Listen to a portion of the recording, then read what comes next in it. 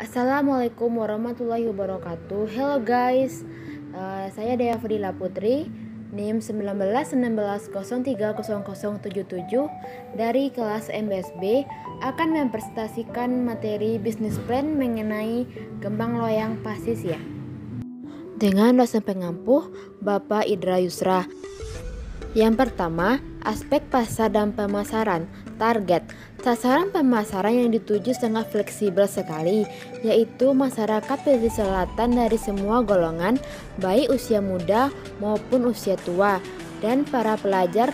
Hal ini disebabkan karena kembang loyang merupakan makanan tradisional yang dikreasikan lebih menarik, karena pada saat sekarang ini kembang loyang merupakan makanan yang hampir sulit ditemui tetapi memiliki peminat yang banyak. Oleh karena itu, usaha ini memiliki prospek yang sangat tepat, dan berdasarkan pengamatan saya, usaha ini belum ada di Kambang, Kabupaten Pesisir Selatan, maka akan membuka peluang usaha pada usaha kami ini. Yang kedua, aspek teknis dan teknologi mengenai rencana pengembangan. Lokasi usaha kembang loyang pasisia berada di Jalan Pasar Kambang, Nagari Kembang Barat, Kecamatan Lengayang, Kabupaten Pesisir Selatan. Pemilihan lokasi tersebut tidak terlepas dari strategi penjualan produk kami mengenalkan kembang loyang pasisia ke khalayak ramai. Pemilihan lokasi tersebut karena tempat tersebut merupakan tempat yang strategis dekat dengan keramaian. Sedangkan untuk sarana dan prasarananya, yaitu untuk sarana seperti ember, cetakan, gas, wajan, penggorengan, dan sendok. Dan untuk prasarana sendiri kami lakukan di rumah. Untuk jumlah tenaga kerja berjumlah 3 orang dalam proses produksi usaha, yaitu di bidang rencana penjualan. Kami melakukan penjualan melalui FB, Instagram, WhatsApp, dan bisa juga marketplace Tokopedia. Untuk persediaan, kembang loyang pasisia merupakan makanan yang tahan lama. Oleh karena itu, satu kali produksi kami bisa menghabiskan 6-8 kilo tepung beras. Sedangkan untuk kebutuhan tenaga kerja, kami menggunakan 3 tenaga kerja. Yang pertama, General Manager, Manager of Financial, dan yang terakhir Manager of Marketing and Service. Dan untuk pengawasan produk, kami lakukan setiap minggunya seperti mengecek kemasan yang rusak, kadaluarsa, dan untuk pembukuan akan dilakukan di akhir bulan. Dan untuk rencana pemesanan bisa dilakukan secara via online atau offline. Via online bisa langsung hubungi ke nomor WA atau DM, sedangkan untuk pemesanan via offline kami bisa mengantar langsung ke tempat pemesanan, atau pembeli bisa langsung ke tempat produksi. Yang ketiga yaitu aspek manajemen dan organisasi. Dalam usaha kembang loyang ini kami menggunakan 3 tenaga kerja. Yang pertama, General Manager, yang kedua, Manager of Financial, yang ketiga, Manager of Marketing and Service.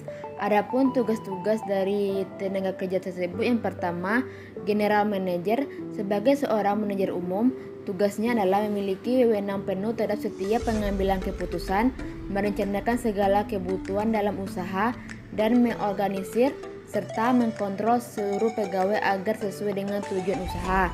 Sedangkan untuk Manager of Financial, yang pertama menentukan harga jual barang atau produk, yang kedua mengelola uang pengeluaran dan pemasukan, yang ketiga melakukan evaluasi pembukuan terhadap kebutuhan biaya usaha setiap bulan, yang keempat menghitung keuntungan yang diperoleh berdasarkan hasil evaluasi pembukuan. Sedangkan untuk Manager of Marketing and Service di bidang pemasaran, tugasnya yaitu menentukan segmentasi konsumen, yaitu siapa saja target konsumen yang dituju. Yang kedua, melakukan promosi kepada konsumen. Yang ketiga, memperkirakan jumlah yang harus dijual. Sedangkan untuk bidang pelayanan, yaitu memberikan pelayanan terhadap konsumen sebaik-baiknya dan meningkatkan pelayanan dari waktu ke waktu. Dan yang terakhir, menerima segala macam saran dan kritik dari konsumen. Berikutnya aspek keuangan. Januari diperoleh permintaan pada tahun 2050, Februari 53, Maret 60, April 70, Mei 68, Juni 80, Juli 85, Agustus 90, dan untuk September sampai Desember menggunakan menggunakan rumus sama dengan forecast, demand, dan waktu. Aktivitas pada bulan Januari sampai Desember. Pada tahun 2016, YT diperoleh 119,89 diperoleh dari rumus sama dengan forecast dari hitungan sebelumnya. Market pace 25%. Pada bulan Januari diperoleh 29,93 diperoleh dari market price 25% dikali YT pada tahun 2016. Begitu juga berikutnya gaji. Tenaga kerja langsung pada tahun 2020 upah per hari 25.000 dengan jumlah kerja 228.000, jumlah pekerja 2 orang, total biaya tenaga kerja 11.400.000. Begitu juga pada tahun 2021-22. Sedangkan untuk tenaga kerja tak langsung general manager memperoleh biaya tenaga kerja 19.200.000 pada tahun 2020, tahun 2021 21.120.000 dan tahun 2022 23.232.000, sehingga total biaya tenaga kerja diperoleh pada tahun 2020 43.200.000 dan pada tahun 2021 47.520.000 dan pada tahun 2022 50.272.000. Berikutnya investasi aktiva tak berwujud. Yang pertama, tanah jumlahnya 64 meter per kubik dengan harga 300.000 per meter dengan total 19.200.000 dengan menggunakan rumus sama dengan jumlah dikali harga. Begitu juga dengan biaya-biaya selanjutnya, sehingga diperoleh total dari semua biaya 34.310.000 dan untuk depresiasi 1.358.000. Total investasi diperoleh 34.310 dan total penyusutan 1.358.000. Berikutnya biaya produksi.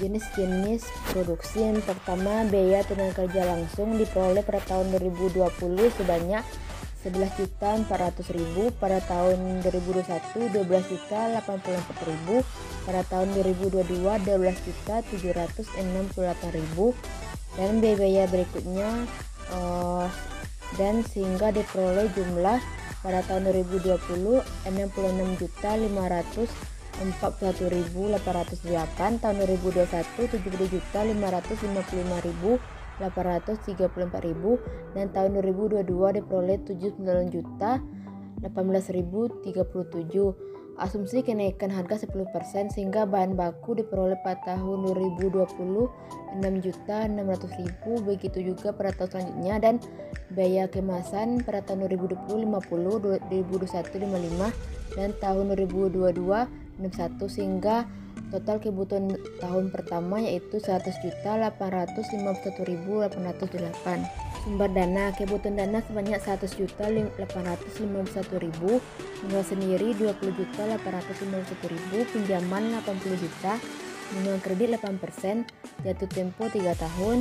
Untuk pinjaman 80 juta untuk misalnya tahun pertama diperoleh pembayaran 31.042.681, bunganya 6.400.000, pokoknya 24.642.681, sisanya 55.357.319. Begitu juga pada tahun kedua dan ketiga. P. Perhitungan harga pokok, produksi dan penjualan. Persediaan bahan baku pembelian diperoleh 6.622.875 dan persediaan barang dalam proses diperoleh total bahan baku sebanyak 6.622.875.000 dan biaya tenaga kerja langsung diperoleh 11.400.000 sehingga total biaya WIP diperoleh 18.022.875, sedangkan total dari biaya overhead diperoleh 66.349.933 sehingga harga pokok produksi diperoleh 84.372.808 dan untuk barang tersedia untuk dijual diperoleh total 84.372.808 dan harga pokok penjualan sebanyak 84.372.808 dengan PTN 20% sebanyak 8.437.280 hingga total harga pokok penjualan diperoleh 92.810.089 sehingga memuat harga jual produk 202.864.000. Laba rugi pemasukan hasil penjualan pada tahun 2020 90.810.000, pada tahun 2021 140.917.000, pada tahun 2022 197.792.000. Pengeluaran di total pengeluarannya yaitu pada tahun 2020 90.222.817, pada tahun 2021 pengeluarannya 99.675.652 dan pada tahun 2022 pengeluarannya 109.916.770. Laba sebelum pajak pada tahun 2020 2.587.272, pada tahun 2021 43.236.000 dan pada tahun 2022 diperoleh 87.875.000.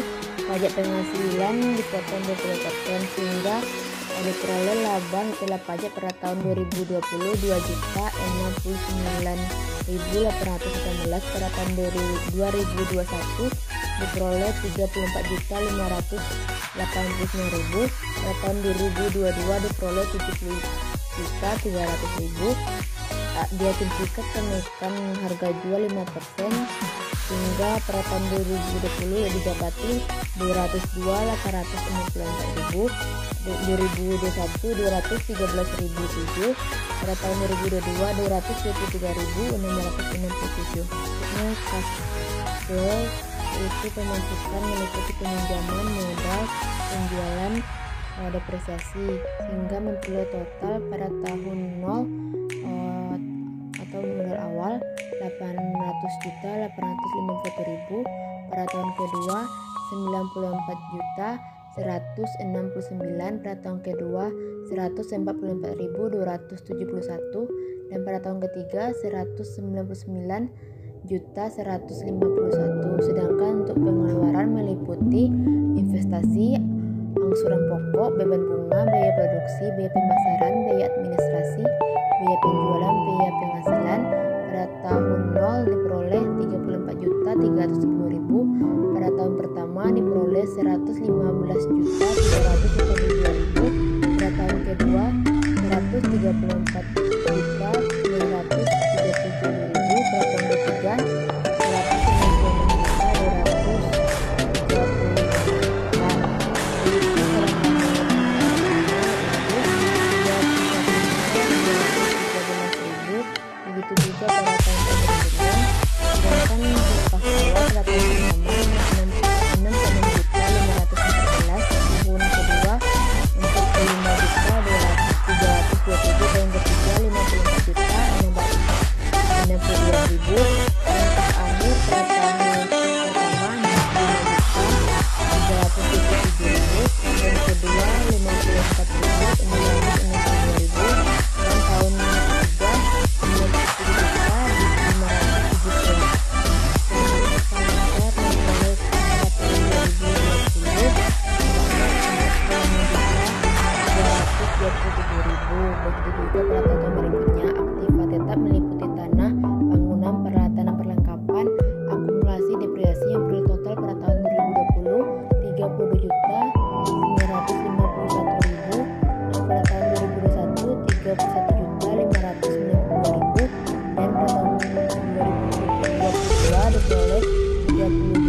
233.000 sehingga total aktiva pada tahun 2020 78.270.000